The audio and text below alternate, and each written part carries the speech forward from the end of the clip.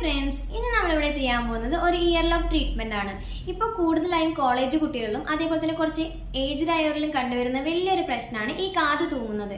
കുറച്ച് ലെങ്തി ആയിട്ടുള്ള അതേപോലെ തന്നെ കുറച്ച് ഹെവി ആയിട്ടുള്ള കമ്മൽ യൂസ് ചെയ്യുന്നതുകൊണ്ടും ചെറുപ്പത്തിലെ നമ്മൾ കാത് കുത്തുന്ന സ്പോട്ട് മാറിപ്പോകുന്നതുകൊണ്ടൊക്കെയാണ് ഈ പ്രശ്നങ്ങൾ കൂടുതലായിട്ടും ഉണ്ടാകുന്നത്. ഇതിനൊക്കെയുള്ളൊരു പരിഹാരം കൂടിയാണ് ഈ ഇയർലോബ് ട്രീറ്റ്മെന്റ് എന്ന് പറയുന്നത്. ഇതൊരു വേദനയില്ലാതെ ചെയ്യുന്ന ഒരു ട്രീറ്റ്മെന്റ് കൂടിയാണ്. എന്നാൽ നമുക്ക് ആ വീഡിയോ കണ്ടാലോ? അതിന് മുന്നായിട്ട് നമ്മൾ ഈ ട്രീറ്റ്മെൻറ്റ് എടുക്കുന്നതിന് മുന്നേയും അതിനുശേഷവും ശ്രദ്ധിക്കേണ്ട ഒരുപാട് കാര്യങ്ങളുണ്ട്. അതെല്ലാം ഈ വീഡിയോയിൽ പറയുന്നുണ്ട്. എല്ലാവരും വീഡിയോ സ്കിപ്പ് ചെയ്യാതെ കാണാൻ നോക്കുക കേട്ടോ. ഇതാണ് ഇന്നത്തെ നമ്മുടെ കസ്റ്റമർ. ആളുടെ കാത് അത്യാവശ്യം നന്നായി തൂങ്ങിയിട്ടുണ്ട്. ഇതിലാണ് നമ്മളിന്ന് ട്രീറ്റ്മെൻറ്റ് ചെയ്യാൻ പോകുന്നത്. ആദ്യം നമ്മളൊരു കോട്ടൺ വെച്ച് ഹോള് നന്നായി ക്ലീൻ ചെയ്യണം. ഇതിനായി യൂസ് ചെയ്യുന്ന മെഡിസിനിൽ ആസിഡ് കണ്ടൻറ്റ് ഉള്ളത് കൊണ്ട് തന്നെ വളരെ ശ്രദ്ധിച്ച് വേണം നമ്മൾ ഈ ട്രീറ്റ്മെൻറ്റ് ചെയ്യാൻ. ഒരു കോട്ടൺ വെച്ച് ആ ഹോള് നന്നായി ക്ലീൻ ചെയ്യണം. അതിനുശേഷം ഒരു മെഡിക്കേറ്റഡ് ആയിട്ടുള്ള സൊല്യൂഷനാണ് നമ്മൾ ആ ഹോളിൽ അപ്ലൈ ചെയ്യുന്നത്. മെഡിസിൻ എടുക്കാനായി ഞാനിവിടെ യൂസ് ചെയ്തിരിക്കുന്നത് ഒരു ടൂത്ത് പിക്കാണ്. പ്ലാസ്റ്റിക് എടുക്കാതിരിക്കാൻ നിങ്ങൾ പ്രത്യേകം ശ്രദ്ധിക്കണം. വളരെ കുറച്ച് മെഡിസിൻ മാത്രമേ നമുക്കിവിടെ അപ്ലൈ ചെയ്യേണ്ട ആവശ്യമുള്ളൂ. ഹോളിൻ്റെ രണ്ട് ഭാഗത്തും എത്തുന്ന രീതിയിൽ മാത്രം നമ്മൾ മെഡിസിൻ അപ്ലൈ ചെയ്ത് കൊടുത്താൽ മതി. മെഡിസിൻ അപ്ലൈ ചെയ്യുമ്പോൾ ക്ലോക്ക് വൈസും ആൻറ്റി ക്ലോക്ക് വൈസും ആയിട്ട് നമ്മൾ മെഡിസിൻ അപ്ലൈ ചെയ്യാൻ പ്രത്യേകം ശ്രദ്ധിക്കണം. അതിനുശേഷം ഒരു മെഡിക്കേറ്റഡ് ടാപ്പ് വെച്ച് രണ്ട് സൈഡും നന്നായി കവർ ചെയ്ത് കൊടുക്കണം.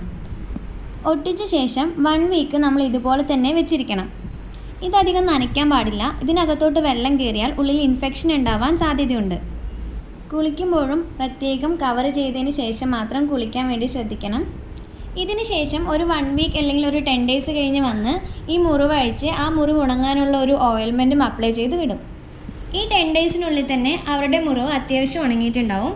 അതിനുശേഷം അവർക്ക് വേണ്ട സ്ഥാനത്ത് നമ്മൾ ഗൺഷൂട്ട് വെച്ച് കാത് കുത്തി കൊടുക്കും.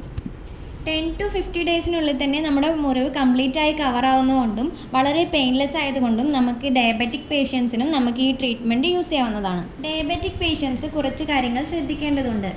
ഇതിനായിട്ട് ഉപയോഗിക്കുന്ന ലിക്വിഡിൽ കുറച്ച് ആസിഡിൻ്റെ കണ്ടൻറ്റ് കൂടുതലായതുകൊണ്ട് വെള്ളം തട്ടിക്കാൻ പാടില്ല. വെള്ളം ഓർന്നിറങ്ങുന്ന ഭാഗത്തെല്ലാം മുറിവുകൾ ഉണ്ടാകാൻ സാധ്യതയുണ്ട്.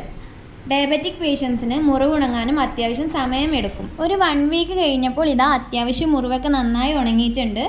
ഇതിനായി നമ്മൾ സ്റ്റിച്ച് ഇടുവാണെങ്കിൽ 3 മന്ത് റെസ്റ്റ് നമുക്ക് എന്തായാലും വേണ്ടി വരും. ഈ ഇയർലോബ് ട്രീറ്റ്മെൻറ്റ് കൊണ്ട് നമുക്ക് 10 ഡേയ്സിനുള്ളിൽ തന്നെ നമ്മുടെ ഹോള് നന്നായി കവർ ചെയ്യാൻ സാധിച്ചിട്ടുണ്ട്. ട്രീറ്റ്മെൻറ്റിന് ശേഷമുള്ള ഒരു ആഫ്റ്റർ ലുക്കാണിത്. 2 സൈഡും നന്നായി അടഞ്ഞിട്ടുണ്ട്. വേദന ഇല്ലാതെ തന്നെ വളരെ പെട്ടെന്ന് നമുക്ക് ഈ ട്രീറ്റ്മെൻറ്റ് ചെയ്യാവുന്നതാണ്.